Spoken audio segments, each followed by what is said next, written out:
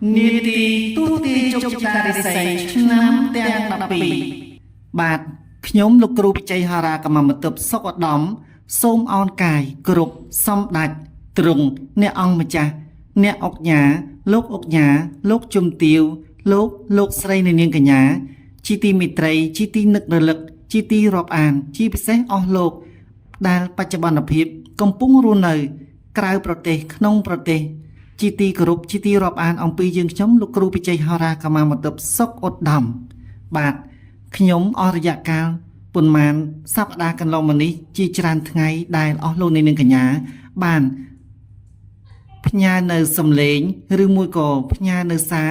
จูนมอนิติยึงขนมโกลบ่มน้องก้าวเจ้าสายจ้องดังจ้องยุลจ้องสดับองปีสำเลงนังสำนาระบอกออกลงเนี่ยได้เติบบานจำเรียบบอกสไลด์โดยขยมลูกครูปิจัยฮารากามามันเติบซอกอดดำบาดนิติยึงมีนสิกใดเฮริเรียจีปุ่นลึกมีนโกลบ่มน้องใต้ไม่จางcứ trong rung đỏ nơi phép còn vòl túc pruyระบอกออกลูกเนี่ยนิงกันยากรุบสระตอปันนะบาดนิติยึงส้มจำเรียบดาวสมอตรองถายึงขยมจีลูกครูปิจัยฮารากามามันเติบซอกอดดำมีนโกบ่มน้องสุกติดที่นิยมจังเอาออกลงในนี้กันยารุ่นเนื้อประกอบแต่ดาวสุเพะมิงกุลมีนเอาไว้เตยได้ให้ทาสิกได้สบายดีในขนมสังคมครูสาแตงสังคมกาเงี้ยแตงเอาไว้ใบตึงได้ออกลูกเนี่ยเนียงปรักนาจังบานนิเยสรบรวมคือสมได้แต่เราสุเพะมิงกุลพลายชัดนึ่งพลายกายบาดนำใบจุ่มรีบจุ่มดอดออกลงในเนียงกันยาเนื้อบ่มนองได้ออกลงในเนียงกันยาปรักนาจังดังท่าตานึกนองชน้ำปีปอนมาไพบุญประจำคายมีนานีตาขยมลูกครูปิจัยฮารากามาหมดตึบมีนจุ่มนองใดทำไมสระลางหรือมวยก็อย่างนาดำใบบอมราเนื้อสาวตันยารอมระบออโลนินิกัญญาคือขนมโกบ่มนองบาดด้วยบานจิมเรียบข้างเลยปนตายมนนึงจิมเรียบรีบรอบจอบสิกใดอมปีแหลกขณะชนำเตียงดอกปีได้เตยเลือกโยมมองจิมเรียบจุนดอกออกลูกครบสตอปนะบาดขยมมีนสมนมโปแต่ไม่จางคือส้มอ้อยออกลูกต่างออกขณีบาดไม่ตาช่วยเสียในจำนวนใบดองดอยนิจีหรือมวยโกสเสธาเรียบเฮงบาดออกลูกเนี่ยในเปรบานช่วยเสียในจำนวนใบดองตาขนมโกดบ่มนองไว้บาดนิติยึงส้มจมรีบจุนดอยสมอสมะโกดบ่มนองระบอกขยมลูกครูปิจัยฮารากามามาตึบบาดหายนำใบออกลูกในเนียงกัญญาเสียใจในใบดองคือปรารถนาขนมโกลได้ตีมวยบาดออกลูกได้มันตอนบานสดับหรือมือกับบานสกอลอัมปีนิติยึงนังเตอร์บานสดับหรือมือกับบานจำในดังพุทธิปีนิติยึงจีบรรทอบบานออกลูกคลามีนจำงอลชงอลใต้มันอาจบานเตอร์จูบจมูกช่องลูกครูปิจัยฮารากามาหมดตึบบาดนุกคือจีมันจางไอจำนวนตีปีออกลูกเนี่ยได้บานเลิกใดจัดเสียใบดองนุกออกลูกเนี่ยนึ่งตัวบานสมรรถพอลมุ้ยคือขนมโกบ่มน้องบานมาวิงเนื้อพอลดอลออบานในทางปรบรัดเนื้อกุซอลอบานการนายืงจูบซอบใส่เนื้อบ่มน้องอจุนตอนเนี่ยเดตีนุกออกลูกเนี่ยเนียงนึ่งเตอร์ตัวบานมาวิงเนื้อพอลกุซอลกำดอลเจชี้มันขานบาดจำนวนติใบคือจิกาจูบทรายเนื้อเมตาทอพองจูบทรายเนื้อเกตศัพท์ระบอกขยมลูกครูปิจัยฮารากามามาตึบจุนดาวบรรดาอจุนินจุนบาดหรือมวยก่ออลูกครบสตอปนะได้กำปงจ้องดังจ้องลือบาดโดยชนะนิติยึงมีสกได้สบายรีจีบนลึกได้อลูกครบสตอปนะบาดตัวเจงเนยกาเสียใบดองนำใบตัวบานสมรรถพอจำนวนใบขนมเปลแต่มวยบาดในขนมนุพองได้นิติยึงก็สมสมดงโปดาวอลงเนี่ยเมตาช่วยจดไลค์นัง subscribe มอกนิติยึงขนมโกดบ่มนองนำใบเอายึงขนมมินกระไดสังคมนำใบมินชีวิตรุ่นในประกอบแต่ดอยจำนองจัดบ่มราจุนดอกลงในกัญญาบาดขนมโกดได้แต่ไม่จางประสันบ่อลงในกัญญามินจำนาปรำมอนิติยึงคอมเพล็กในสมนมโปบอกขนมลูกครูปิจัยฮารากามาหมดตึบบาดขนมนุพองได้มุนนึงจิมรีบรอบจอบสกใดท่าตาชนำเตียงดอกปีในขนมชนำปีปอนมาไพบุญค่ายมีนานี้ตาชนำในมวยเตอร์บานตัวในโจกวิสนาอย่างนั้นนุบาดหายขยมคนหนึ่งเตอร์จิมรีบจุนนี่เปเลยนี่ก็ปันไตประสันบ่อลงในเนียงกัญญามีนปัญหาชงอกงวอลได้ประการนามวยมีนตกสาวมีนวิบัติสนายในขนม សង្គមគ្រួសារឬមួយក៏នៅក្នុងគ្រួសាររស់នៅពុំបានសមប្រកបជីវិតការងារទាំងមន្ត្រីរាជការឬមួយក៏បុគ្គលិកបម្រើការងារនៅស្ថាប័នឯកជនដទៃនានាទៀតក្តីឬមួយក៏បងប្អូនឬមួយក៏បងជាយុវសិស្សនិងជានិស្សិតបាទអស់លោកអាចទំនាក់ទំនងឆ្ងល់ដោយប្រការណាមួយមកកាន់នីតិយើងតាមរយៈលេខទូរស័ព្ទជាប់ Telegram 012 645118មួយខ្សែទៀត097 7762 844នីតិយើងនឹងជម្រាប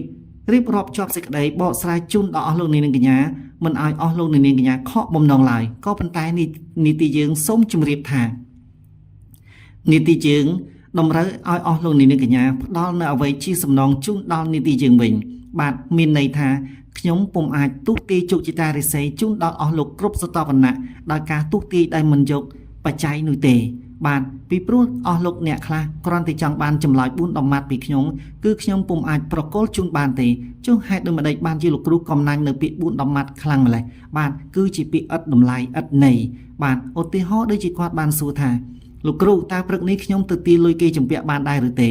គឺជាសំណួរដ៏ឥតន័យខ្លឹមសារជាការប្រមាថមកលោកគ្រូផងហើយខ្ញុំឆ្លើយតបទៅវិញបានក៏ឥតតម្លៃពីព្រោះយើងមិនដឹងថាអ្នកដែលត្រូវសួរនោះគាត់ឆ្នាំអ្វី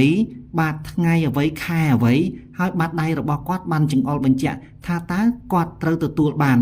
នៅលៀបសការៈឬមួយក៏មានចំណុចណាដែលមិនសមប្រកបដូច្នេះខ្ញុំជាគ្រូមួយដែលត្រូវពិនិត្យពិចារណានៅសម្ដីរបស់ខ្ញុំមិនអាចចេះតែនិយាយឲ្យរួចផុតតែពីមាត់បាទពីព្រោះពាក្យថាគេហៅយើងថាលោកគ្រូគឺបង្កប់ទៅអត្ថន័យការគោរពក្នុងនោះផងដែរគឺពាក្យថាករុ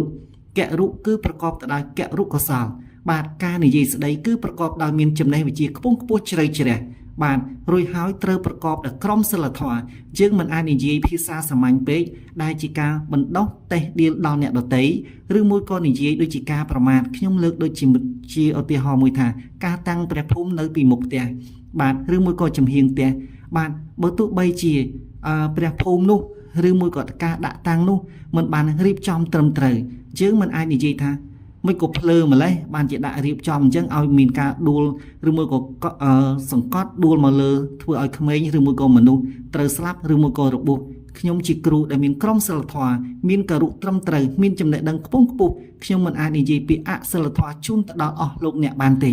បាទពាក្យថាគ្រូមួយម៉ាត់ត្រូវបានគេគោរពអំពីក្រមសីលធម៌យ៉ាងច្បាស់ក្រឡៅបាទពីព្រោះថាគាត់មានការធ្វេសប្រហែសយើងគួរតែនិយាយថា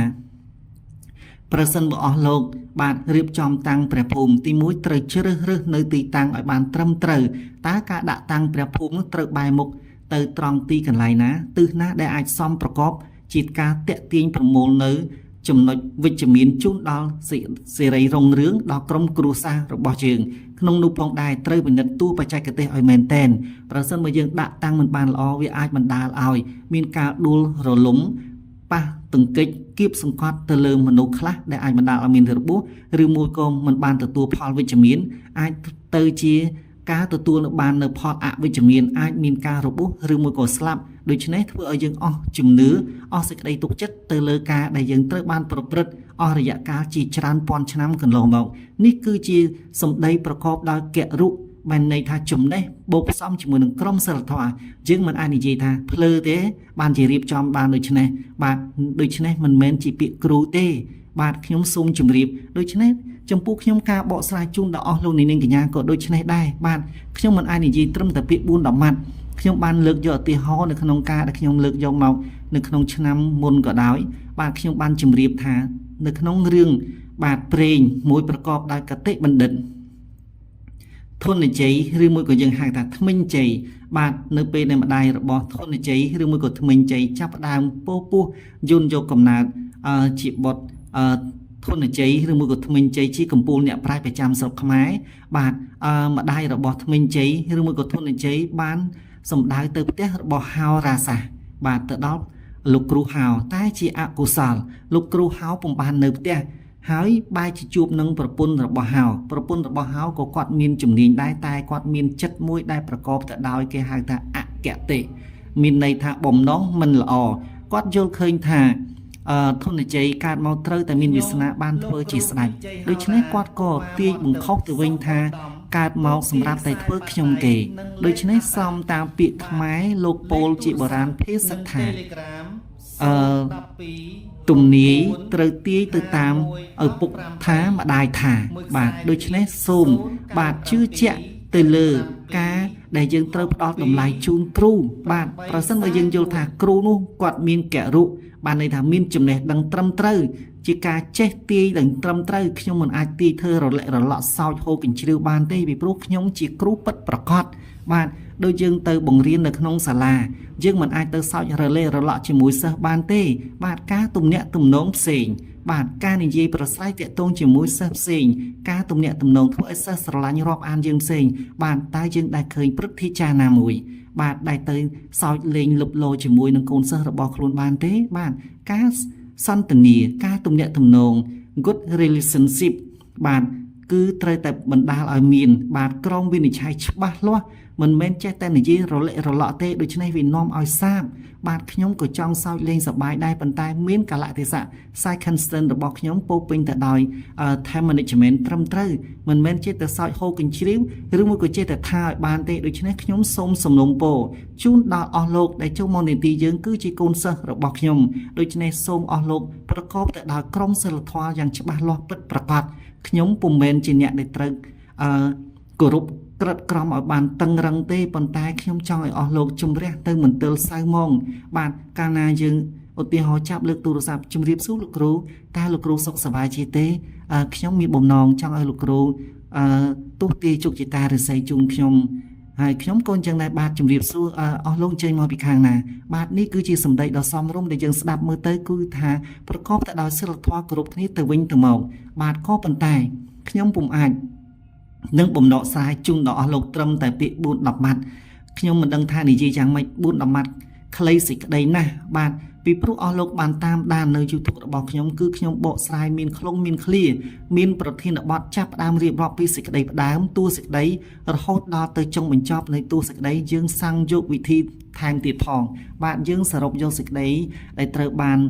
ស្របនឹងផ្ទុយមកសម្បាច់ចូលគ្នាដើម្បីច្បិចយកនៅតម្លៃណាមួយជូនដល់អស់លោកនាងកញ្ញាដូច្នេះគ្រូទីម្ដាយថាខ្ញុំពុំអាចចេះតែនិយាយបានតាមចិត្តឧទាហរណ៍ដូចគាត់សួរថាព្រឹកនេះខ្ញុំទៅទីលុយគេបានអត់ខ្ញុំមិនដឹងចុះបើសិនជាខ្ញុំមានចិត្តគំនិតមួយដូចជាប្រពន្ធហៅខ្ញុំបែរជានិយាយថាអត់ទេទៅទីអត់បានរហូតមួយជីវិត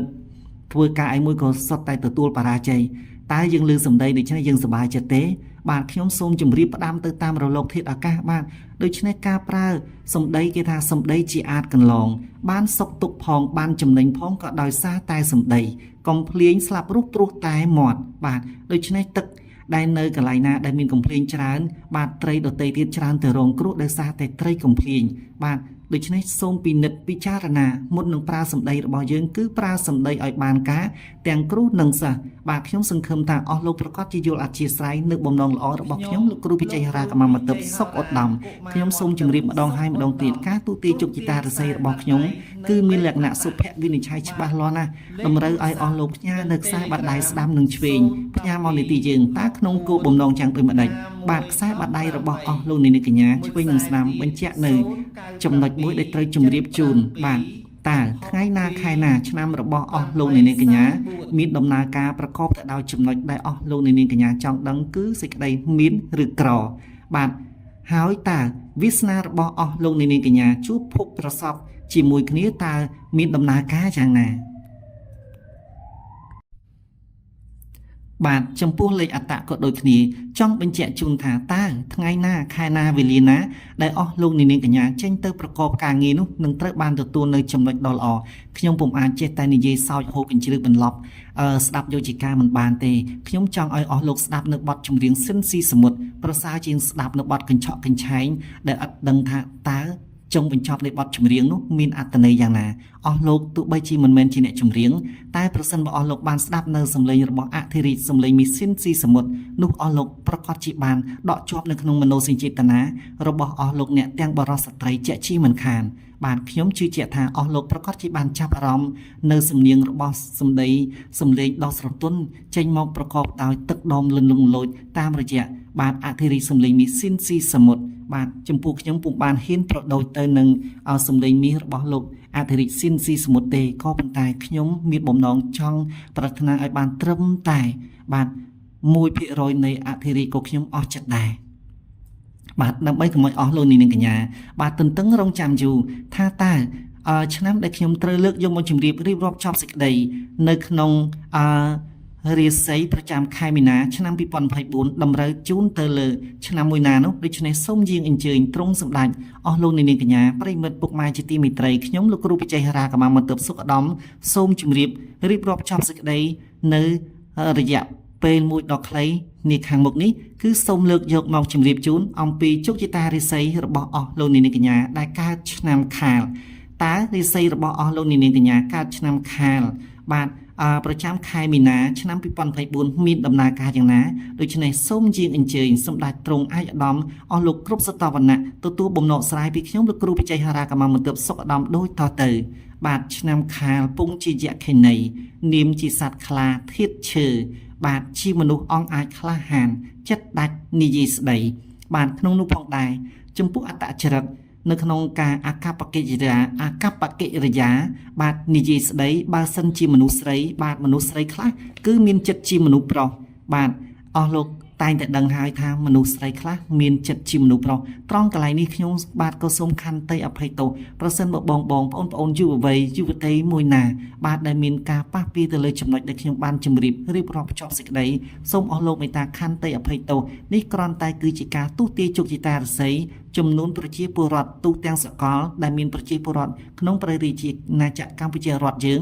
17លាននាក់អាចឈានទៅអនាគត18លាននាក់ដូច្នេះតែងតែមានកន្លែងខ្លះត្រូវនឹងចំចំណុចរបស់អស់លោកនាងកញ្ញាហើយខ្លះទៀតក៏ពុំត្រូវសោះសូន្យតែម្ដងដូច្នេះប្រសិនបើមានប៉ះពាល់ពាក្យសម្ដីដែលអចេតនាក្តីបាទខ្ញុំលោកគ្រូបច្ចេកហារាកម្មាមន្ទិបក៏សូមអស់លោកមេត្តាខន្តីអភ័យទោសដល់ជាងខ្ញុំ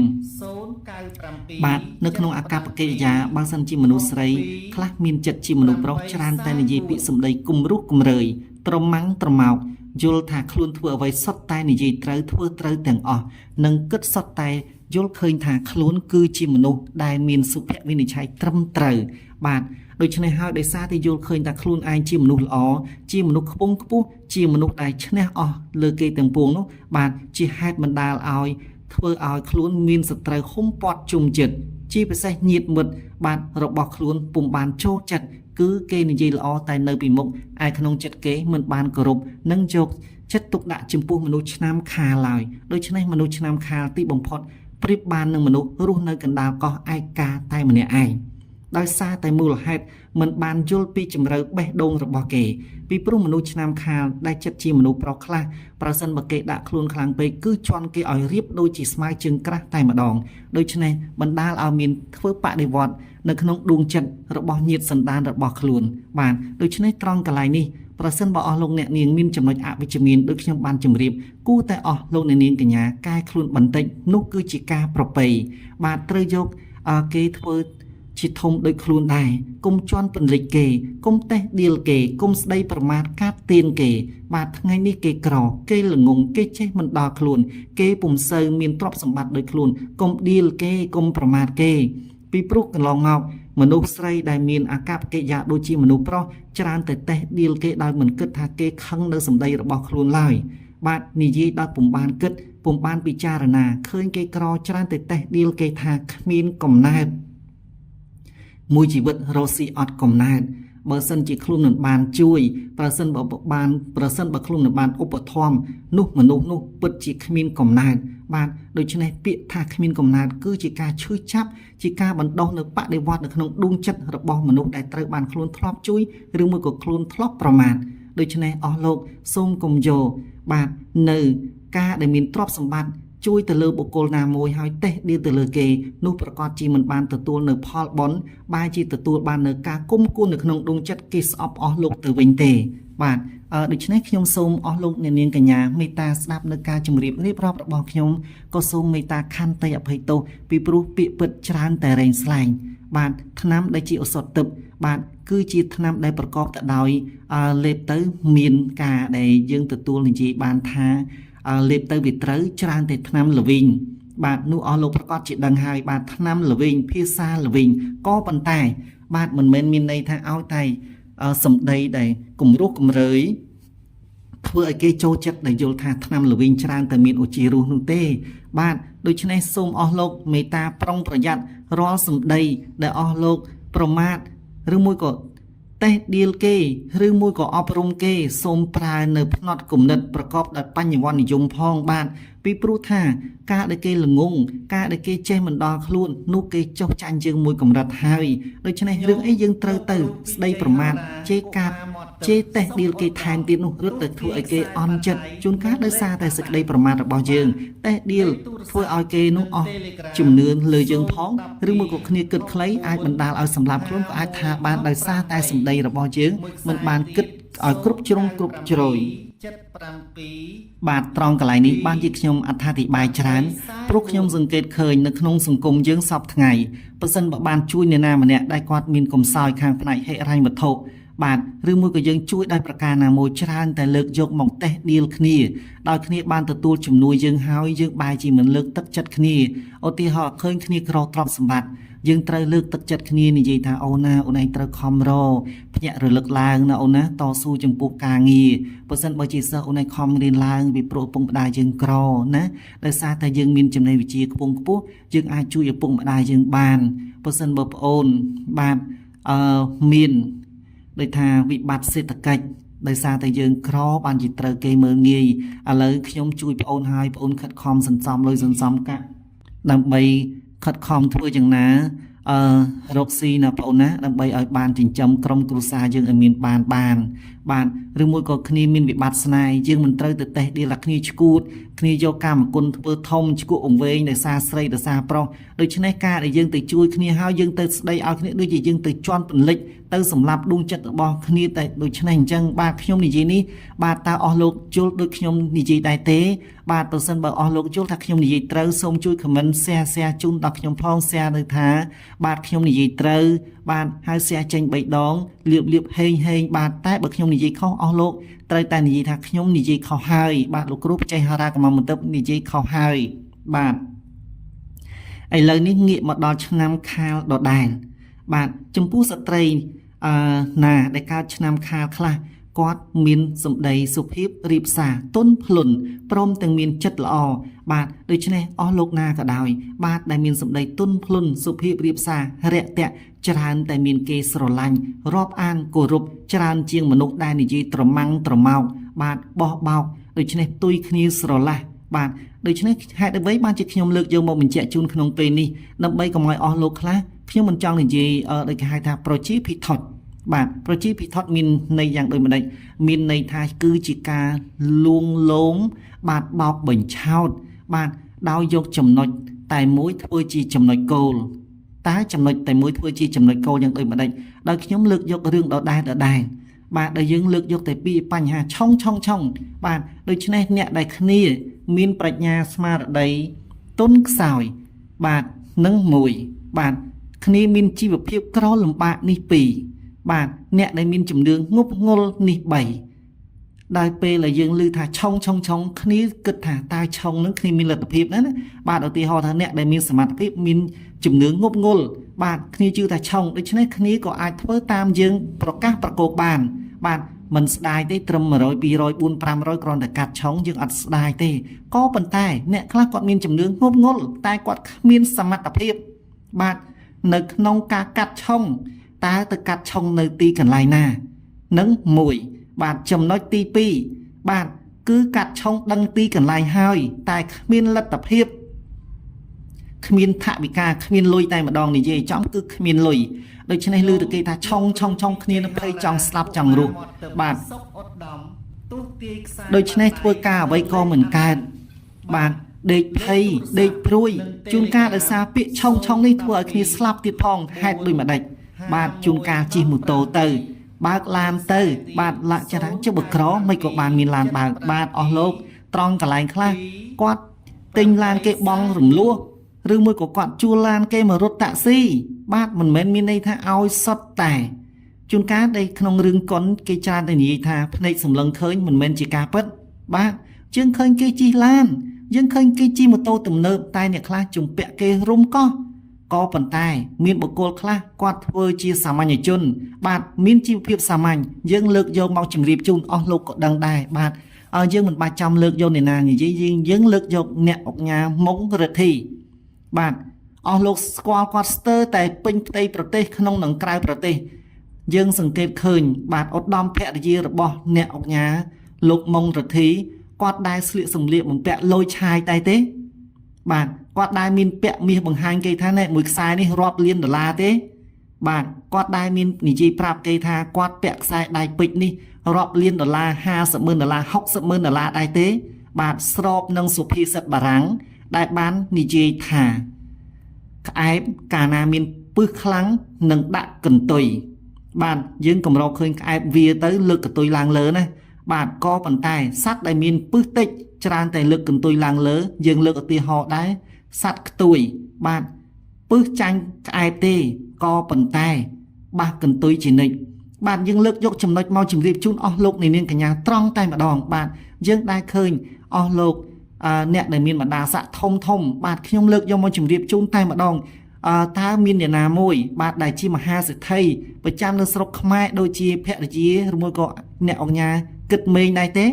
តែដែលឃើញលោកជំទាវស្រីតូចចំណានម៉ៅតូចចំណានគាត់ដែលលើកខ្សែដៃកពេជ្ររបស់គាត់បញ្ជាក់ថាណែគាត់ពាក់មួយខ្សែនេះជាង1លានដុល្លារទេ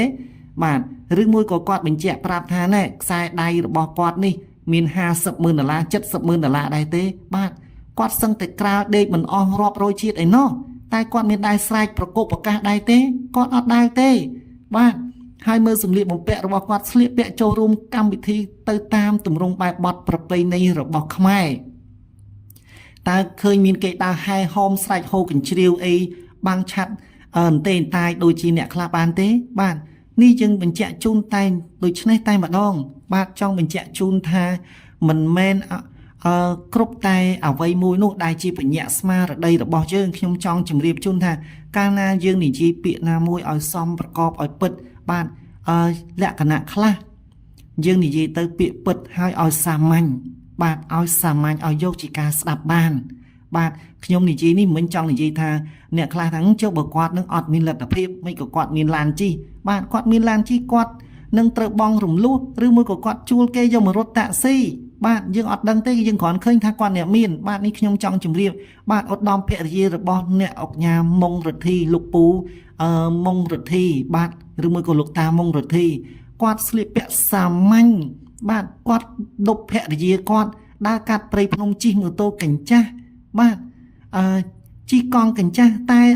អស់លោកខ្លះវិញនោះបាទអស់លោកធៀបទៅខ្ញុំមិនបាច់ចាំនិយាយទេណាបាទយើងឃើញទេតើមានអ្នកណាមួយដែលមានដីធ្លីច្រើនជាងអ្នកអង្គញាមុងរិទ្ធីនិងអ្នកអង្គញាគិតមេងបាទតើអស់លោកនោះមានដែរស្រែកប្រកបប្រកាសថាខ្ញុំណែមានលុយច្រើនណាមានផ្ទះវិឡាច្រើនណាក៏ដែរប្រកបប្រកាសដែរទេបាទអស់លោកអញ្ជើញតាមដានព្រឹត្តិការណ៍នឹងអាចដឹងបានបាទក្នុងនីតិនេះអស់លោកខ្លះគាត់បាននិយាយថាខ្ញុំគ្រាន់តែជាគ្រូទាយតែម្នាក់ទេហេតុដូចម្ដេចបានជាមកវែកញែកក្នុងសង្គមបាទខ្ញុំសូមជម្រាបថាខ្ញុំមានពុទ្ធិចំណេះដឹងមួយបាទខ្ញុំរៀនដល់អនុបណ្ឌិតខ្ញុំអាចវិភាគទៅគ្រប់អត្ថបទគ្រប់ជំនាញបរិធានដែលខ្ញុំអាចនិយាយបានបាទការដែលវែកញែកវិភាគមកនេះមិនមែនសំដៅទៅលើការទុះទាយជោគជតារិស័យតែមួយទេគឺចង់តម្រង់ឲ្យអស់លោកគ្រប់ស្ថាបនៈបាទងាកមកចាប់ភពប្រសពយល់អធិស្ឋានសមាហរណកម្មទាំងផ្លូវចិត្តគំនិតជាមួយគ្នានោះអស់លោកអ្នកប្រកបទៅដោយពុទ្ធិយកមកអនុវត្តប្រកាសជាបានត្រឹមត្រូវខ្ញុំមិនចង់បំភ្លៃអស់លោកណាមួយដោយសារតែពាក្យឆុងរួចហើយឲ្យគេរត់មករកខ្ញុំក្នុងគោលបំណងតែមួយយ៉ាងនោះទេបាទគោលវិធីដែលថាឧទាហរណ៍ថាឆុងយើងអាចតាវិធីឆុងមានដូចម្ដេចខ្លះបាទតើយើងត្រូវកាត់ឆុងដោយប្រការណាមួយខ្ញុំក៏ធ្លាប់បានជម្រាបជូនដល់អស់លោកនាងកញ្ញាដែរបាទទោះបីជាអស់លោកនាងកញ្ញាយល់ឃើញថាយើងឆុងក៏ពិតមែនខ្ញុំមិនដែរប្រកែកប្រណាំងជាមួយអស់លោកគ្រូអ្នកគ្រូថាមិនមែនឆុងនោះទេបាទគឺអាចឆុងបុគ្គលខ្លះអាចឆុង 100% បាទដូចជាឆ្នាំចឆុង 100% អស់លោកខ្លះអាចឆុងមែនបាទអស់លោកខ្លះដូចជាឆ្នាំ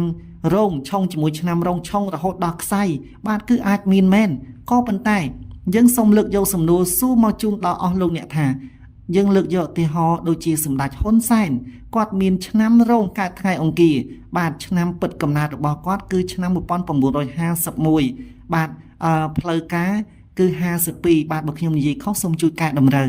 បាទគឺគាត់មានព្រះជន្មមកទល់នឹងឆ្នាំនេះមានព្រះជន្ម ឆ្នាំបាទឬមួយក៏73អីខ្ញុំទៅតាមហ្នឹងណាបាទខ្ញុំចង់ជម្រាបជូនថាគាត់កើតឆ្នាំរោងចុះនៅក្នុងភូមិឃុំស្រុករបស់អស់លោកអ្នកតើមានអស់លោកអ្នកណាដែលកើតឆ្នាំរោងមានប្រជជនខ្ទង់ចិត្តជាងដូចជាសម្ដេចតេជោហ៊ុនសែនទេបាទខ្ញុំជឿថាប្រកាសជាមានក្នុងភូមិយ៉ាងកំសុយបំផុតក៏មានមនុស្ស20នាក់យ៉ាងតិចបាទយើងលើកយកមកឧទាហរណ៍ថាឆ្នាំរោងបាទឆ្នាំរោងដែលអស់លោកអ្នកគ្រូលោកគ្រូខ្លះគាត់បាននិយាយថាឆុង 100% ឆុងរហូតដល់ខ្សែបាទតើឆ្នាំរោងដែលឆុងរហូតដល់ 100% ស្ទើរតែខ្សែដូច្នេះតើមានអស់លោកណាដែលកើតឆ្នាំរោងបាទដែលមានប្រជជន72 73ព្រះវស្សាដូចជាសម្ដេចតេជោហើយខ្លាយទៅជានាយករដ្ឋមន្ត្រីឬមួយក៏ខ្លាយទៅជាប្រធាននៅក្នុងកន្លែងបរមរាជវាំងបានទេបាទប្រសិនបើមានអស់លោកខ្លះកើតឆ្នាំរោងហើយមានប្រជជន72 73ដូចជាសម្ដេចតេជោខ្លាយទៅជានាយករដ្ឋមន្ត្រីដោយសម្ដេចតេជោទាំងអស់គ្នានោះបាទនោះយើងអាចនឹងទទួលពាក្យបានថាឆុង 100% ឆុងរហូតដល់ខ្សែចុះបើសិនជាក្នុងព្រះរាជាណាចក្រកម្ពុជាយើងមានតែសម្ដេចតេជោមួយបាទដែលគាត់អាចមានវាសនាខ្លាយទៅជានាយករដ្ឋមន្ត្រីកាន់អាណត្តិច្រើនអាណត្តិរហូតដល់30-40ឆ្នាំឯណោះបាទដូច្នេះយើងមិនអាចនឹងនិយាយថាឆុងរហូតដល់ខ្សែស្ទើរតែគ្រប់គ្នានោះទេបាទមិនអាចទេគឺមានតែបុគ្គលខ្លះដែលអាចឆុងខ្ញុំជឿមែនបាទដូច្នេះខ្ញុំមកនីតិក្នុងពេលនេះគឺខ្ញុំចង់ជួយបំបត្តិនៅអារម្មណ៍រវើរវាយរបស់អស់លោកអ្នកបាទសូមឲ្យជឿមានការពិចារណាបាទជឿហើយយកចិត្តទុកដាក់គោរពប្រតិបត្តិប្រសិនបើអស់លោកអ្នកឆុងពិតប្រកបមែនវិធីដែលធ្វើឲ្យអស់លោកអ្នកងាយបំបត្តិឆុងគឺស្រួលជាទីបំផុតបាទតើវិធីបំបត្តិឆុងដល់អស់លោកនាងកញ្ញាតើមានវិធីអ្វីខ្លះទៅដើម្បីបំបត្តិឆុងជូនដល់អស់លោកនាងកញ្ញាអស់លោកគ្រប់សតបណៈបាទគឺមានតែព្រះរស់របស់អស់លោកនាងកញ្ញាទេបាទគឺជាឪពុកម្ដាយរបស់អស់លោកនាងកញ្ញាដូចខ្ញុំបានជម្រាបហើយជម្រាបទៀតបាទគឺគាត់អាចជួយសង្គ្រោះអស់លោកអ្នកបាននៅពេលដែលអស់លោកឆុងដោយប្រការណាមួយបាទខ្ញុំលើកឧទាហរណ៍ថាប្រសិនបើអស់លោកលងទឹកលោកចេះហែលទឹកឬមួយក៏លោកមិនចេះហែលទឹកស្រាប់តែលោកលងទឹកដោយចៃដន្យបាទតើអស់លោកមានដែរស្រែកថាលោកគ្រូហុងស៊ុយជួយខ្ញុំផងខ្ញុំលងទឹកហើយអស់លោកដែរស្រែកអញ្ចឹងបានទេអស់លោកដែរស្រែកទេបាទគឺអស់លោកប្រកាសជាស្រែកថាម៉ែអើយជួយកូនផងខ្ញុំលងទឹកហើយអស់លោកប្រកាសជាស្រែកដូចនេះខ្ញុំជឿថា100នាក់គឺ99នាក់ហើយប្រកាសជាស្រែកថាម៉ែអើយជួយកូនផងអស់លោកមិនដែរទៅស្រែកថាលោកគ្រូហុងស៊ុយអើយជួយខ្ញុំផងខ្ញុំឆុងហើយបានជាខ្ញុំលងទឹកស្លាប់បាទត្រង់កន្លែងនេះខ្ញុំជម្រាបឲ្យបានច្បាស់លាស់បាទក៏ប៉ុន្តែប្រសិនបើឪពុកម្ដាយយើងគាត់ជាមនុស្សវិការនៅសតិអារម្មណ៍នោះគាត់មិនអាចជួយសង្គ្រោះអស់លោកបានទេពីព្រោះគាត់អត់មានចិត្តគំនិតនិងដាក់អារម្មណ៍មកជួយអស់លោកបានពីព្រោះគាត់ឧទាហរណ៍គាត់វង្វេងស្មារតីយើងមិនអាចឲ្យគាត់ស្រោចទឹកលើករិស័យជូនយើងបានទេបាទមិនអាចបានជាដាច់ខាតឬមួយក៏អ្នកម្ដាយឬមួយក៏លោកឪពុករបស់អស់លោកបាទគាត់ផឹកស្រាច្រើនវង្វេងស្មារតីមិនអាចឲ្យពោលោកអ្នកប្រកបបានដោយដូចថាពិតប្រកបបានទេបាទខ្ញុំសូមជម្រាបអស់លោកប្រកាសជាឆ្ងល់ទៀតថាចុះកាត់ឆុងបើខ្ញុំមានម្ដាយខ្ញុំនៅរស់ហើយគាត់ល្អមានព្រហ្មវិហារធម៌ទាំងឪពុកនិងម្ដាយតែគាត់អត់ចេះធម៌បាទគាត់អត់ចេះធម៌តែគាត់ចេះនិយាយភាសាចេញពីបេះដូងបរិសុទ្ធរបស់គាត់គឺគាត់អាចនិយាយបានថាសូមឲ្យកូនទាំងពីរឬមួយក៏កូនទាំងអស់ចៅទាំងអស់ចាប់ពីពេលនេះតទៅណាម៉ែឬមួយក៏ម៉ាក់ឬមួយក៏ពុកឬមួយក៏ប៉ាឬមួយក៏ឪស្រោចទឹក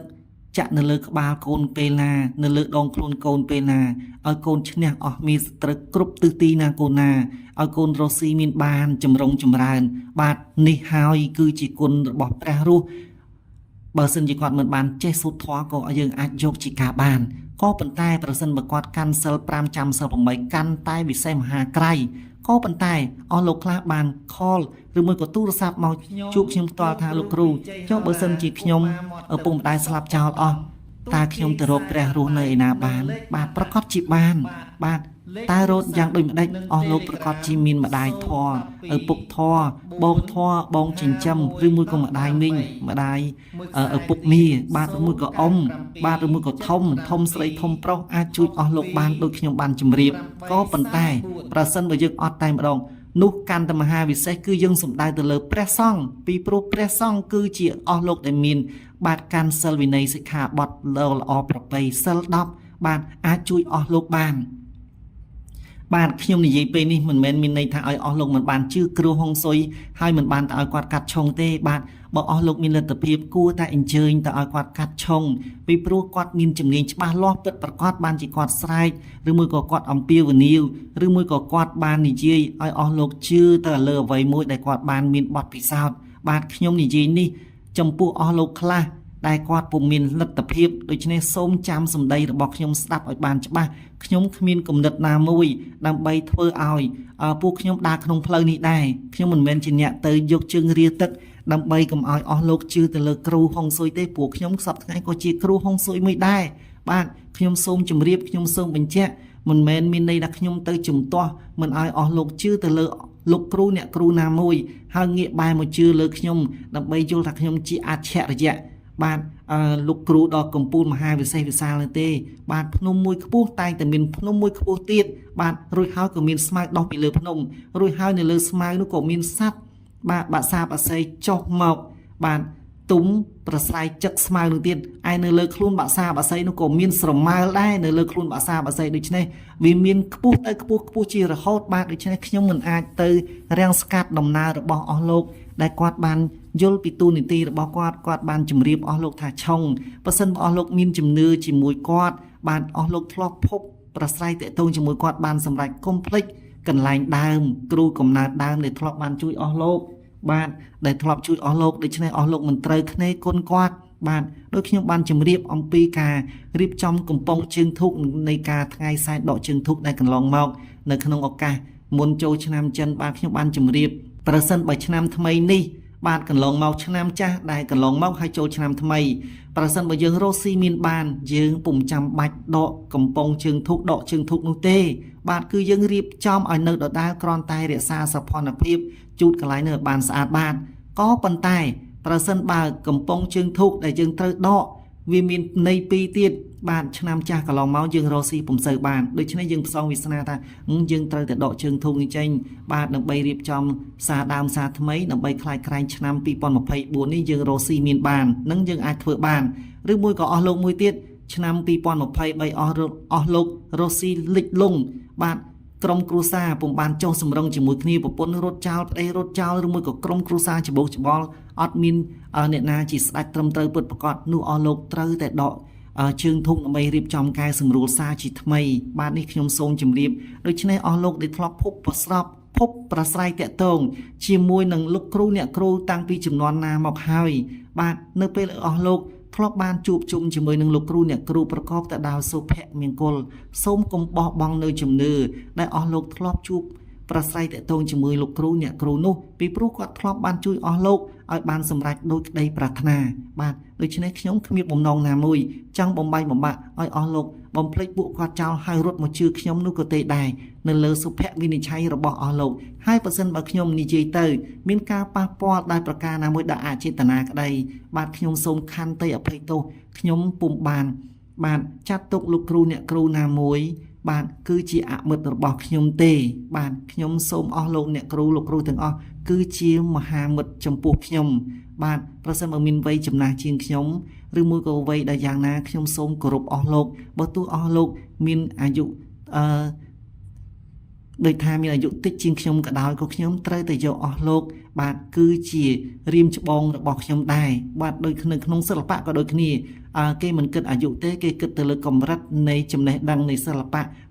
ប្រសិនបើអស់លោកចេញមុខមុនហើយខ្ញុំជាអ្នកដែលទើបតែចេញមកសារក្រោយត្រូវតែគោរពបាទអស់លោកជារៀមច្បងរបស់ខ្ញុំហើយបាទគ្មានបំណងណាមួយទៅកាច់បំបាក់ដើម្បីចង់ឈ្នះចាញ់ជាមួយអស់លោកទេបាទឥឡូវនេះយើងខ្ញុំងាកមកជម្រាបរៀបរាប់ត្រឹមប៉ុណ្ណឹងដើម្បីឲ្យអស់លោកបានយល់ដឹងថាយើងធ្វើអ្វីមួយត្រូវគិតពិចារណាឲ្យបានហ្មត់ចត់ដូច្នេះខ្ញុំជម្រាបរំលឹកឡើងវិញ review ឡើងវិញជូនដល់អស់លោកអ្នកនាងបាទនារីដែលកើតឆ្នាំខាលខ្លះ គាត់មានលក្ខណៈជាមនុស្សប្រុសច្រើនតែតំងតមកនិយាយស្ដីមិនសូវបានគិតគូរក៏ប៉ុន្តែមាននារីខ្លះគាត់មានចរិតជាមនុស្សប្រុសតែគាត់ចេះពិចារណាគិតគូរណាស់បាទគាត់និយាយទៅខ្លាចប៉ះពាក្យសម្ដីដែលគាត់គិតថាទោះបីជាសាច់ញាតិកូនក្មួយរបស់គាត់ត្រូវគិតថាអញនិយាយដូច្នេះអញស្ដីឲ្យវាខ្លាំងទៅក្រែងវាខឹងក្រែងវាគុំអញក្រែងវាអីគាត់គិតចឹងតែអ្នកខ្លះអត់ទេគាត់ប្រមាថយកតែម្ដងដូច្នេះគាត់ធ្វើឲ្យមានសត្រូវពាត់គាត់ជុំទិសបាទដូច្នេះវាទៅជាប្អូនមិនស្គាល់បងមិនស្គាល់ប្អូនក្មួយមិនស្គាល់មីង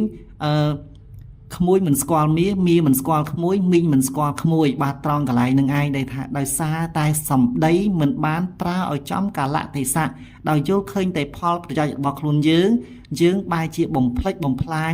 ឬមួយក៏ជន់ទៅលើអ្នកដទៃដែលគ្នាខ្សត់ចំណេះវិជ្ជាឬមួយក៏គ្នាខ្សោយវិបត្តិហិរញ្ញវត្ថុយើងបែរជាតេះដៀលប្រមាថគេដូច្នេះគឺជាកំហឹងបដិវត្តជាក់ជាមិនខានបាទតែអស់លោកខ្លះនារីខ្លះដែលគាត់កើតឆ្នាំខាលគាត់មានអត្តចរិតជាមនុស្សប្រុសក៏ពិតមែនកាត់ក៏ប៉ុន្តែគាត់យល់កលៈទេសៈគាត់ប្រើសម្ដីទៅឲ្យបានសមរម្យថ្លៃថ្នូរបាទនោះប្រកាសជាមានគេតាមដានរាប់អានគោរពគាត់ច្រើនជាមិនខានបាទ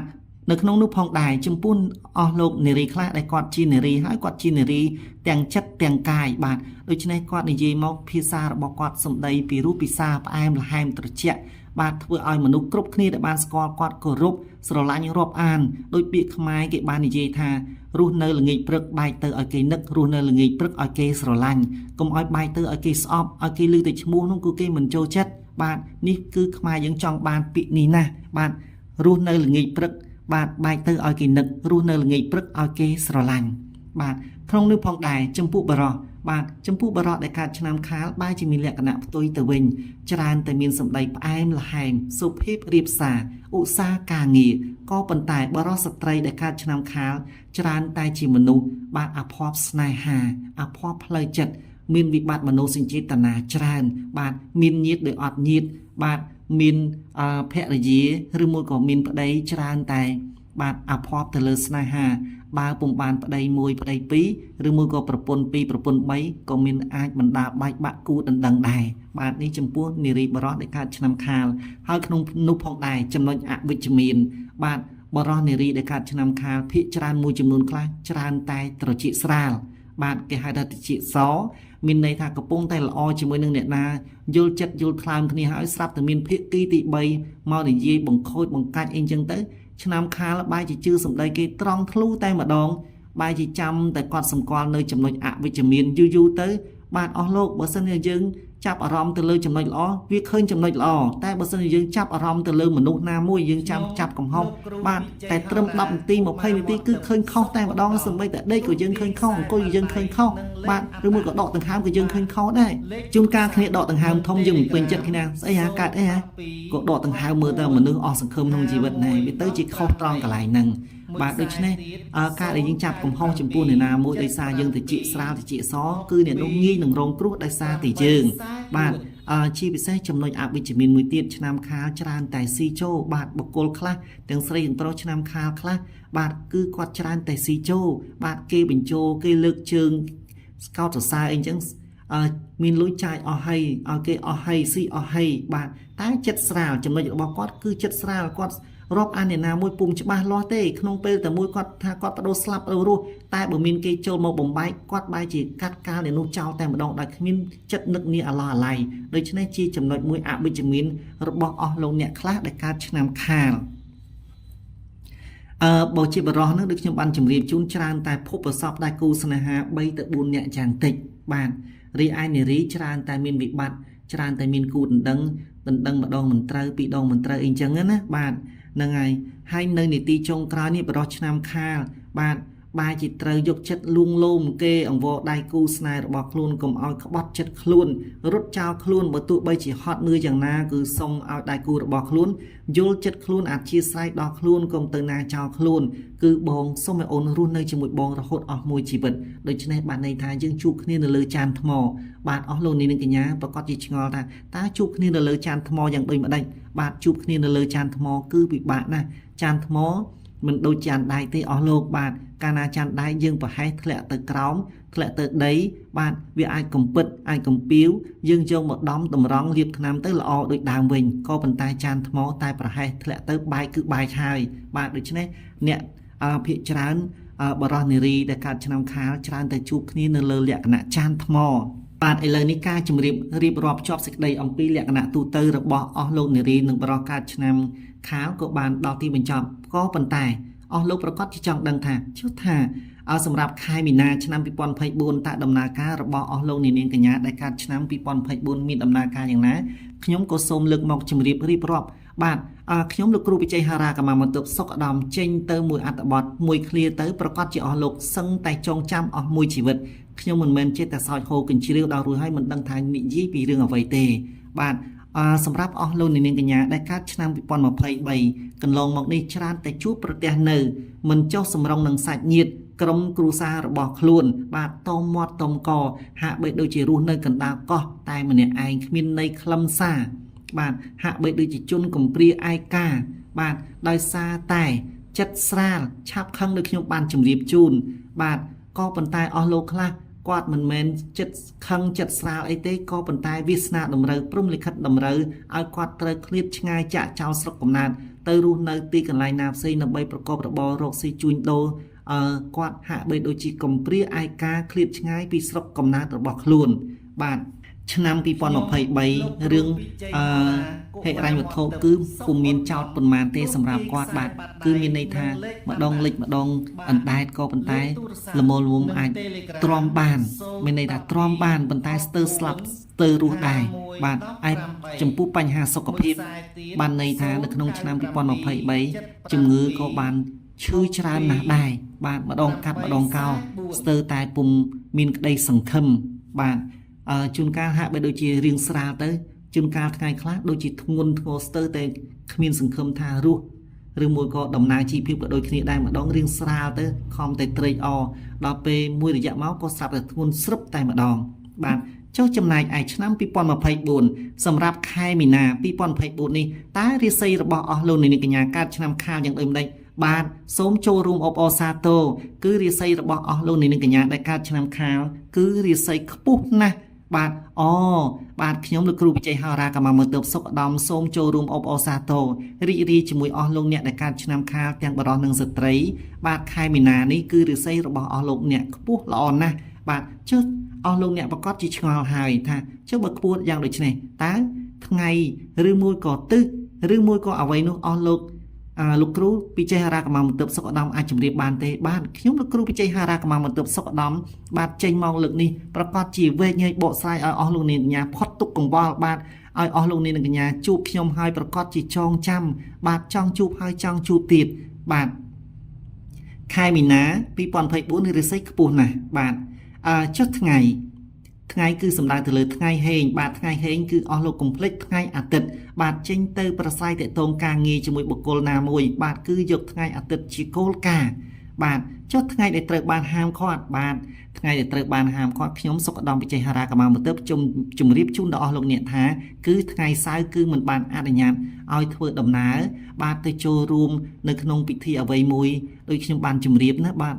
មិនអាចទំនាក់ទំនងការងារអ្វីមួយគឺត្រូវបានហាមឃាត់បាទចុះចំពោះទិសវិញបាទយើងបានជម្រាបថ្ងៃហេងបាទហើយនឹងថ្ងៃដែលត្រូវបានហាមទិសហេងបាទសុខឧត្តមខ្ញុំសូមជម្រាបជូនដល់អស់លោកនាងកញ្ញាថាទិសហេងគឺទិសខាងត្បូងបាទលោកគ្រូវិជ័យហារាកម្មាបន្ទប់បញ្ជាក់ជូនហើយសុខឧត្តមយើងខ្ញុំបាទទិសហេងគឺទិសខាងត្បូងចំពោះអស់លោកអ្នកដែលកើតឆ្នាំខាលរីឯទិសដែលត្រូវបានហាមឃាត់ខ្ញុំលោកគ្រូវិជ័យហារាកម្មាបន្ទប់សុខឧត្តមសូមជម្រាបជូនម្ដងទៀតបាទទិសហាមឃាត់គឺទិសខាងលិចបាទចុះចំពោះម៉ោងហេងវិញម៉ោងហេងនិងម៉ោងត្រូវហាមតើម៉ោងណាលោកគ្រូសុខឧត្តមបាទខ្ញុំនឹងជម្រាបជូនម្ដងទៀតហើយបាទអស់លោកអ្នកបាទម៉ោងដែលត្រូវបានហេងបាទម៉ោងដែលត្រូវបានណាត់ជួបជាមួយសង្សារក្តីណាត់ជួបនៅក្នុងការទំនាក់ទំនងការងារក្តីបាទកុំភ្លេចម៉ោង 6:30 នាទីពេលព្រឹកបាទម៉ោង 6:30 នាទីពេលព្រឹកឬមួយក៏ម៉ោង 4:23 នាទីពេលរសៀលបាទនេះគឺជាម៉ោងវិសេសវិសាលបាទអស់លោកប្រកាសជាសួរខ្ញុំទៀតថាលោកគ្រូចុះបើខ្ញុំជាសិស្សឬមួយក៏ជានិស្សិតខ្ញុំទៅប្រឡងអញ្ចឹងបានតែថ្ងៃអាទិត្យឬមួយក៏យ៉ាងណាលោកគ្រូបាទ បើសិនជាយើងជាសិស្សនិស្សិតបាទថ្ងៃដែលបន្ទាប់ដែលអាចយកជាការបានគឺថ្ងៃច័ន្ទបាទថ្ងៃដែលល្អប្រពៃសម្រាប់អស់លោកអ្នកបាទអញ្ចឹងយើងសួរថាចុះម៉ោងដែលត្រូវបានហាមឃាត់បាទម៉ោងហាមឃាត់គឺម៉ោង10:28 នាទីពេលព្រឹកបាទឬមួយក៏នៅពេលចំណុចមួយទៀតគឺម៉ោង8:20 នាទីពេលយប់បាទដូច្នេះសូមកុំភ្លេចបាទបើស្ដាប់មិនបានទាន់សូម review បាទឬទួលឡើងវិញស្ដាប់ឡើងវិញដោយយកចិត្តទុកដាក់នេះគឺជាបំណងល្អរបស់ខ្ញុំលោកគ្រូវិជ័យហោរាកម្មាបន្ទប់សុកឧត្តមបាទរីឯលៀបរបស់អស់លោកនាងកញ្ញាបាទដែលត្រូវទទួលបាននៅក្នុងខែមីនា2024សម្រាប់អស់លោកអ្នកដែលកើតឆ្នាំខាលបាទគឺជាដំណឹងផ្ទាល់ខ្លួនតើដំណឹងយ៉ាងម៉េចបាទគឺជាដំណឹងដែលទទួលបាននៅភាពសប្បាយរីករាយបាទចំពោះបញ្ហាលុយកាក់បាទលុយកាក់គឺជាភ័ព្វសំណាងល្អរបស់អស់លោកនាងកញ្ញាដែលកើតឆ្នាំខាលរាសីប្រចាំខែមីនាឆ្នាំ2024លុយកាក់គឺហូរចូលគ្រប់ទិសទាំង8ជាបន្តបន្ទាប់បាទចំពោះបងប្អូនយុវវ័យដែលបច្ចុប្បន្នឬមួយក៏បងជានិស្សិតឬមួយក៏ជាសិស្សសាលាបាទការដាក់ដំណគឺមានក្តីសង្ឃឹមថានឹងជាប់បាទទោះបីដាក់ដំណបាទជួនកាលអស់លោកបាទបងជានិស្សិតឬមួយក៏ក្នុងផ្នែកណាមួយបាទដែលកំពុងតែបន្តការសិក្សាអាចជាប់អាហារូបករណ៍ទៅរៀននៅក្រៅប្រទេសក៏អាចថាបានបាទចំពោះក្នុងនោះលៀបដែលត្រូវបានជម្រាបជូនទៀតគឺចំពោះទំនាក់ទំនងស្នេហាគឺជួបស្នេហ៍ដោយចែកដន្យនិងមានក្តីអំណរជាពុនពេកបាទក្នុងនោះផងដែរកម្មវិធីដែលអស់លោកអ្នកអញ្ជើញចូលរួមបានអនុញ្ញាតចូលរួមគ្រប់កម្មវិធីបាទចំពោះអស់លោកដែលជាសិស្សនិស្សិតអាចទទួលដំណឹងល្អជាប់អាហារូបករណ៍ឬមួយក៏មានអ្នកដែលមានធម៌សប្បុរសជួយឧបត្ថម្ភនៅក្នុងជីវភាពប្រចាំថ្ងៃឬមួយក៏ការរៀនសូត្ររបស់អស់លោកអ្នកបាទចំពោះមន្ត្រីរាជការត្រូវបានត្រៀមប្រកល់ឋានៈសមរម្យឬក៏មានការកោតសរសើរពីសំណាក់ប្រធានអង្គភិបរបស់អស់លោកអ្នករីឯចំពោះបងឬមួយក៏បងប្អូនដែលបច្ចុប្បន្នភាពកំពុងតែបម្រើការជាបុគ្គលិកក្រុមហ៊ុនឯកជននានាដទៃទៀតក្តីត្រូវបានប្រធានចាប់អារម្មណ៍ប្រសិនបើប្រឡងឬមួយក៏ដូរមុខតំណែងគឺត្រូវបានមេគាំទ្រ support អស់លោកជានិច្ចអស់លោកដែលបច្ចុប្បន្នភាពជាអាជីវករពាណិជ្ជករបោះទុនឬមួយក៏វិនិយោគប្រុងបើកហាងថ្មីឬមួយក៏ប្រុងធ្វើអ្វីមួយបាទគឺត្រូវបានអនុញ្ញាតក៏ប៉ុន្តែត្រូវធ្វើដោយសន្សំកុំបំបោលក្រែងបំដល់ដូចប្រាថ្នាមានន័យថាធ្វើបានសម្រេចតែត្រូវយកសัตว์ដង្កូវបាក់ខ្នងធ្វើជាគ្រូមានន័យថាបោះមួយជំហានម្ដងដោយប្រុងប្រយ័ត្ននោះអស់លោកអ្នកប្រកាសជានឹងប្រកបដោយភាពជោគជ័យជាក់ជាមិនខានលុយកាក់នៅក្នុងខែមីនានេះដែរគឺមានលុយកាក់ចាយវាដោយសមរម្យបាទអស់លោកអ្នកប្រកាសជាពេញចិត្តនិងសប្បាយរីករាយជាក់ជាមិនខានបាទរីឯចំពោះសុខភាពនៅក្នុងឆ្នាំ2024នេះបាទមានលក្ខណៈធូរស្រាលច្រើនដូច្នេះសូមអស់លោកអ្នកមេត្តាហាត់ប្រាណដើម្បីជួយឲ្យរាងកាយរបស់យើងរឹងប៉ឹងបាទក្នុងនោះផងដែរត្រូវតមចំណីអាហារណាដែលគួរបរិភោគឬមួយក៏អស់លោកដោយសុភាសិតខ្មែរបាននិយាយថាស្រឡាញ់ខ្លួនឲ្យស្ងួនចំណីបាទស្រឡាញ់ស្រីឲ្យត្រូវពិនិត្យពិចារណាបាទរីឯទំនាក់ទំនងស្នេហានិងអាពាហ៍ពិពាហ៍មានការចុះសម្រុងគ្នាយល់ចិត្តគ្នាបានល្អណាស់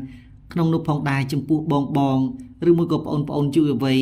បាទជួបគ្នានៅគ្រាដំបូងឬមួយក៏ធ្លាប់ប្រស្រ័យទាក់ទងគ្នានារយៈកាលកន្លងមកនេះច្រើនតែមានភាពរកាំរកូសគ្នាឆ្នាំ2023ចូលមកដល់ក្នុងខែមីនាបាទគ្នាប្រហែលថ្ងៃនេះទៀតអស់លោកអ្នកប្រកាសជាបានជួបនៅទំនាក់ទំនងល្អក៏សាងអនុស្សាវរីយ៍ដ៏ល្អដើម្បីទុកជាចំណងដៃអនុស្សាវរីយ៍នៅថ្ងៃកសាងសុភមង្គលតទៅអនាគតបាទការហាមក្នុងនោះផងដែរការហាមគឺខ្ញុំលោកគ្រូបច្ចេកហារាកម្មាបន្ទប់សុខឧត្តមសូមជម្រាបដល់អស់លោកនាងកញ្ញាបើទោះបីជាអស់លោកនាងកញ្ញាកើតឆ្នាំខាលដែលរាសីប្រចាំខែមីនានេះមានរាសីខ្ពស់យ៉ាងណាក៏ដោយដូច្នេះអស់លោកត្រូវតែប្រយ័ត្នកុំឲ្យលុយគេខ្ចីនិងទិញរបស់ថ្មីដែលមានតម្លៃខ្ពស់ចូលនៅក្នុងផ្ទះ ពុំបានសេចក្តីសុខប៉ុន្មានទេបាទត្រូវចងចាំបាទកុំឲ្យលុយគេខ្ចីមួយហើយនឹងទិញរបស់ថ្លៃពេកចូលមកក្នុងផ្ទះពុំនោះសោតនឹងត្រូវទទួលបានវិបដិសារីជាមិនខានបាទបើទោះបីមានរិស័យខ្ពស់យ៉ាងណាក៏ដោយត្រូវចេះសន្សំលុយកាក់ទុកជាមុនសិននេះគឺជាទុនបំរុងសម្រាប់ជូនដល់អស់លោកអ្នកបាទសម្រាប់នៅក្នុងខែមេសាបន្តទៀតបាទដំណើរកំសាន្តបាទដំណើរកំសាន្តគឺអនុញ្ញាតនៅក្នុងការធ្វើដំណើរតែត្រូវប្រយ័ត្នក្នុងការធ្វើដំណើរបើទោះបីមានការអនុញ្ញាតក្តីក៏ត្រូវតែមានការពិនិត្យពិចារណាបើកបោដែលមានការប្រុងប្រយ័ត្នសុវត្ថិភាពខ្ពស់បាទប្រហែសតែ1វិនាទីអាចបណ្ដាលឲ្យមានវិបដិសារីអស់មួយជីវិតបាទសំណុំពរបាទពីខ្ញុំលោកគ្រូវិជ័យហារ៉ាកម្មាមន្ទិបចំពោះសំណុំពរទី2នេះបាទគឺខ្ញុំចង់ជម្រាបជូនដល់អស់លោកនាងកញ្ញាដែលកើតឆ្នាំខាលសម្រាប់ខែមីនាឆ្នាំ2023បើទោះបីជារាសីរបស់អស់លោកនាងកញ្ញាមានរាសីខ្ពស់យ៉ាងណាក៏ដោយខ្ញុំលោកគ្រូវិជ័យហារ៉ាកម្មាមន្ទិបសូមជម្រាបជូនដល់អស់លោកនាងកញ្ញាថាប្រសិនបើអស់លោកអ្នកកើតនៅឆ្នាំខាលបាទនៅទីជិតឆ្ងាយក្តីនាថ្ងៃ15កើតថ្ងៃអាទិត្យទី24ខែមីនាឆ្នាំ2024នេះត្រូវសុំឲ្យឪពុកម្ដាយរបស់ខ្លួនបាទស្រោចទឹកលើករាសីបាទបើសិនជាគាត់នៅមានប្រជជនគឺត្រូវធ្វើបន់ជូនគាត់បាទធ្វើយ៉ាងណាឲ្យគាត់បានសប្បាយចិត្តបរិភោគឲ្យបានទៅតាមចំណង់របស់គាត់បាទមិនមែនមានន័យថាឲ្យគាត់ពិសារហូតតទៅនេះទេគឺគាត់ចង់ញ៉ាំអីយើងបំពេញបំណងគាត់ហើយសំពះសូមឲ្យគាត់ស្រោចទឹកលើករាសីជូនដល់អស់លោកនាងកញ្ញាបាទប្រកាសជាមានរស្មីរុងរឿងបាទរស់ស៊ីអ្វីក៏បានត្រជាក់ត្រជុំតែបើសិនបើយើងអត់បានមានឪពុកម្ដាយគាត់រស់នៅទេគឺត្រូវតែឲ្យលោកសង្ឃស្រោចទឹកលើករាសីជូនបាទព្រោះថាខ្ញុំសូមជម្រាបចំពោះឪពុកម្ដាយដែលត្រូវស្រោចទឹកលើករាសីជូនដល់អស់លោកនាងកញ្ញាគឺសូមលើកយកនៅម៉ោង8:28នាទីពេលព្រឹកបាទតែប្រសិនបើយើងទៅជួបលោកសង្ឃឲ្យលោកស្រោចទឹករំដោះគ្រោះលើករាសីជូនយើងបាទមិនមែនមានគ្រោះទេតែខ្ញុំចង់និយាយពាក្យថាលើករាសីជូនបាទគឺនៅពេលដែលយើងជួបជាមួយនឹងលោកសង្ឃបាទគឺសូមឲ្យគាត់ស្រោចទឹកលើករាសីជូនយើងនៅម៉ោង9:27នាទីពេលព្រឹកបាទឬមួយក៏ម៉ោង1:44នាទីពេលរសៀលថ្ងៃត្រង់បាទនីតិយើងក៏បានឈានជើងជិតចូលមកដល់ទីបញ្ចប់មុននឹងជម្រាបលាខ្ញុំលោកគ្រូវិជ័យហារ៉ាកម្មាមន្ទិបក៏សូមជូនកាដូអនុស្សាវរីយ៍មួយជូនដល់កូនសិស្សទាំងអស់ឬមួយក៏អស់លោកអ្នកទាំងអស់គ្រប់ស្ថាប័នៈក្នុងនិងក្រៅប្រទេសបាទសូមទទួលយកនៅគាថាប្រោះព្រំលើករាសីជូនដល់អស់លោកនាងកញ្ញាតើគាថានេះមានអត្ថន័យយ៉ាងណាបាទខ្ញុំលោកគ្រូវិជ័យហារ៉ាកម្មាមន្ទិបសូមជម្រាបបាទមុននឹងខ្ញុំសូត្រគាថាប្រោះព្រំលើករាសីជូនដល់អស់លោកនាងកញ្ញាគឺចង់និយាយថាគាថាប្រោះព្រំនេះគឺខ្ញុំសូត្រគាថានេះមានគោលបំណងជួយដល់សិស្សនិងអស់លោកគ្រប់ស្ថាប័នៈសំដៅទៅលើការស្រោចទឹកនៅលើក្បាលយន្តជំនិះរបស់អស់លោកគ្រប់ប្រភេទបានជួញដូរបានផលចំណេញកាលណាគាថានេះស្រោចទឹកទៅលើមនុស្សនឹងបានជ័យជំនះជាពិសេសចំពោះស្ត្រីដែលឈឺពោះចិត្តឆ្លងទន្លេសម្រាលបត់គឺកាលណាសូត្រនៅគាថានេះពេលណាគឺអស់លោកដែលជាស្ត្រីច្រើនតែសម្រាលបត់បានឆាប់រហ័សបានសូត្រទៅលើមុខទំនិញបាទអស់លោកដែលកំពុងតែជាអាជីវករពាណិជ្ជករគឺសូត្រនៅគាថានេះពេលណាបាទស្ដាប់នៅខ្ញុំសូត្រនេះពេលណាមានន័យថាសូមអស់លោកនៅពេលដែលចាប់ដើមលក់ដូរបាទសូមអស់លោកបើកនៅសំឡេងរបស់ខ្ញុំសូត្រគាថានេះដាក់នៅកន្លែងដែលអស់លោកលក់ដូរប្រកាសជាអស់លោកលក់ដូរដាច់ជាមិនខានបាទគឺថាលក់ដូរទំនិញដាច់រហ័សណាស់បាទភ្ញៀវចេញចូលមិនចេះឈប់ឈរបាទគឺចូលមកជួយទិញអីវ៉ាន់របស់អស់លោកច្រើនខុសប្រកដីប្រសិនបើយកគាថានេះសម្លេងរបស់ខ្ញុំនៅពេលដែលខ្ញុំបានសូត្រគាថានេះទៅលើចំពោះមនុស្សមានជំងឺគឺធ្វើឲ្យគាត់បណ្ដាលឲ្យគាត់ឆាប់បានជាសះស្បើយពីជំងឺបាទឆាប់ជាសះស្បើយមិនដោយតាទៅជាជំងឺរ៉ាំរ៉ៃទេបាទនេះគ្រាន់តែជាជំងឺធម្មតាណាបាទសូមកុំឲ្យយកជំងឺមហារីកអីមកឲ្យស្ដាប់សូត្រទៅថាជាមិនមែនទេមានន័យថាជំងឺដែលយើងអាចថាទទួលយកបានបាទខ្ញុំសូមជម្រាបណាបាទពេលដែលសូត្រពេលដែលសិស្សស្ដាប់ឮសំឡេងរបស់ខ្ញុំបាទចំពោះដែលអស់លោកចង់ធ្វើពីក្រមួនស្នេហ៍អីចឹងឧទាហរណ៍ថាអស់លោកអាចបើកខ្លងយកនៅក្រមួនបាទឬមួយក៏ទឹកអប់ឬមួយក៏លេរបស់អស់លោកយកមកដាក់នៅកន្លែងដែលទូរស័ព្ទរបស់អស់លោកបើកលើសំឡេងខ្ញុំសូត្រពេលណាហាក់បីដូចជាខ្ញុំសូត្រប្រសិទ្ធ ជ័យមង្គលបាទមុនស្នេហ៍សារកាជូនដល់អស់លោកអ្នកហើយដូច្នេះអស់លោកអ្នកយកបើកនៅក្រមួនឬមួយក៏ខ្លងឬមួយក៏ប្រេងម្សៅរបស់អស់លោកអ្នកដែលបានលាបចំពោះលេរបស់អស់លោកអ្នកនឹងបាទជាស្ត្រីបងប្អូនជាស្ត្រីបាទសូមបើកនៅគម្របរបស់វាទៅហើយយកសម្លេងរបស់ខ្ញុំទៅចាក់ស្ដាប់ប្រៀបបាននឹងអស់លោកមករកខ្ញុំឲ្យខ្ញុំបានធ្វើគាថាមុនស្នេហ៍សារិកាជូនដល់អស់លោកអ្នកដែរបាទជាពិសេសចំពោះអស់លោកដែលជាបរិសឬមួយក៏ជាស្ត្រីដែលមានភរិយាឬមួយក៏ប្តីដែលត្រូវបានទៅចោលឬមួយក៏បែកបាក់គ្នាបាទធ្វើដូចគ្នាយករបស់អ្វីមួយបាទយកខោអាវរបស់ប្តីឬមួយក៏យកខោអាវរបស់ប្រពន្ធបាទឬមួយក៏យករូបថតអ្វីយកមកដាក់នៅចិត្តសម្លេងដែលខ្ញុំសូត្រនោះប្រកាសជាបានស្ដាប់យូរទៅបាទនោះភរិយាឬមួយក៏បរិសដែលជាប្តីជាភរិយានោះប្រកាសជាស្រឡាញ់នឹងវិលមករកអស់លោកអ្នកជាមិនខានហើយបាទដូច្នេះគីថារបស់ខ្ញុំមួយនេះមានអត្ថន័យជ្រៅជ្រះ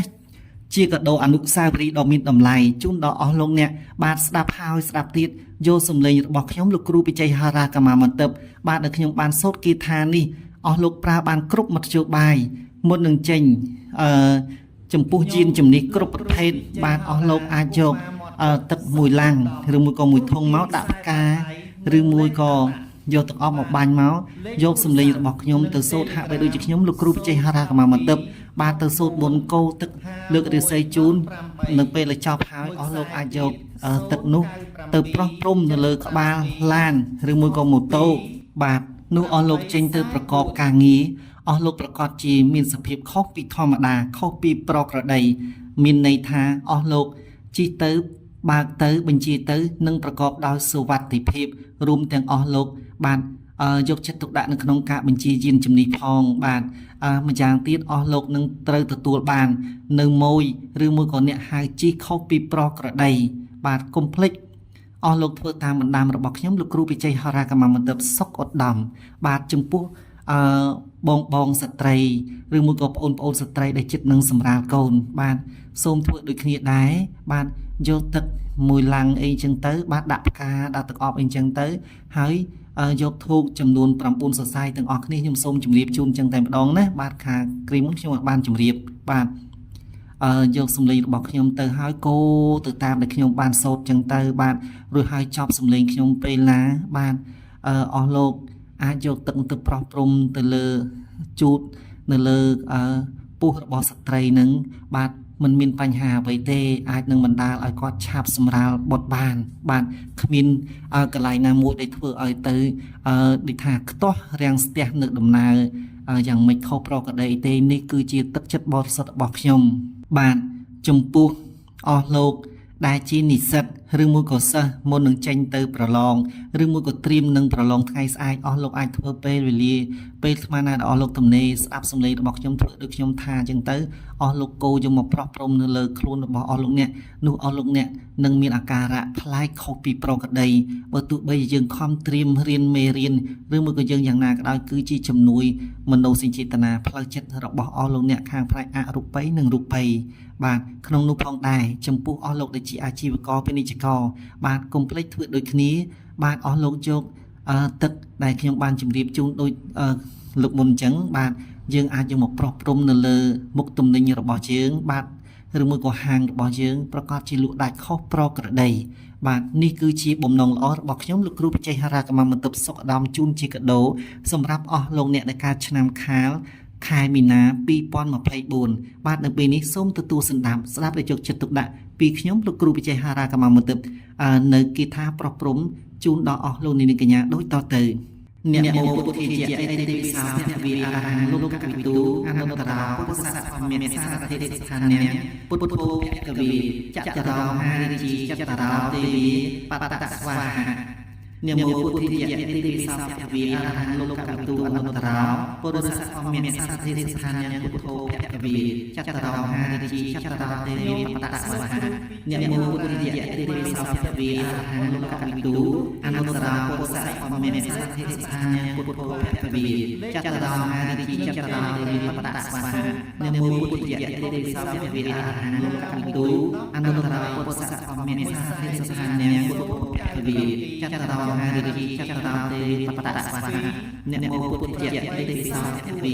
អរហង្គលោកកវិទូអនុត្តរោពុរិស័កអមានសារទេស្ថានយ៉ាងពុទ្ធោភគវីចតរោហារិជីចតរោទេវីបតស្វហអ្នកមោពុទ្ធិយៈទេទេសោភវីអរហង្គលោកកវិទូអនុត្តរោពុរិស័កអមានសារទេស្ថានយ៉ាងពុទ្ធោភគវីចតរោហារិជីចតរោទេវីបតស្វហអ្នកមោពុទ្ធិយៈទេទេសោភវីអរហង្គលោកកវិទូអនុត្តរោពុរិស័កអមានសារទេស្ថានយ៉ាងពុទ្ធោភគវីចតរោហារិជីចតរោទេវីបតស្វហបាទនៅពេលខ្ញុំបានសូត្រ7ចប់ពេលណាអស់លោកដែលបានយកគីថារបស់ខ្ញុំទៅបានស្ដាប់ឮសំឡេងរបស់ខ្ញុំសូត្រជូនអស់លោកគ្រប់ស្ថាបនៈពេលណាសូមឲ្យអស់លោកជួបប្រទះតែនឹងសុភមង្គលបាទធ្វើកិច្ចការអ្វីបានសម្រេចដោយក្តីប្រាថ្នានៅពេលនេះខ្ញុំលោកគ្រូវិជ័យហរាកម្មមន្ទិបសុខឧត្តមសូមជម្រាបលាបាទមុននឹងជម្រាបលាក៏សូមប្រសិទ្ធពរជ័យសិរីសុស្ដីជូនដល់សម្ដេចអ្នកអង្គម្ចាស់អស់លោកគ្រប់ស្ថាបនៈជួបប្រទះតែនឹងសេចក្តីសុខចម្រុងចម្រើនជួបប្រទះតែនឹងពុទ្ធពរ4ប្រការអាយុវណ្ណៈសុខៈពលៈកំបីគ្លៀងគ្លាតនៅពេលនេះខ្ញុំលោកគ្រូវិជ័យហរាកម្មមន្ទិបសូមជម្រាបលាសូមអរគុណ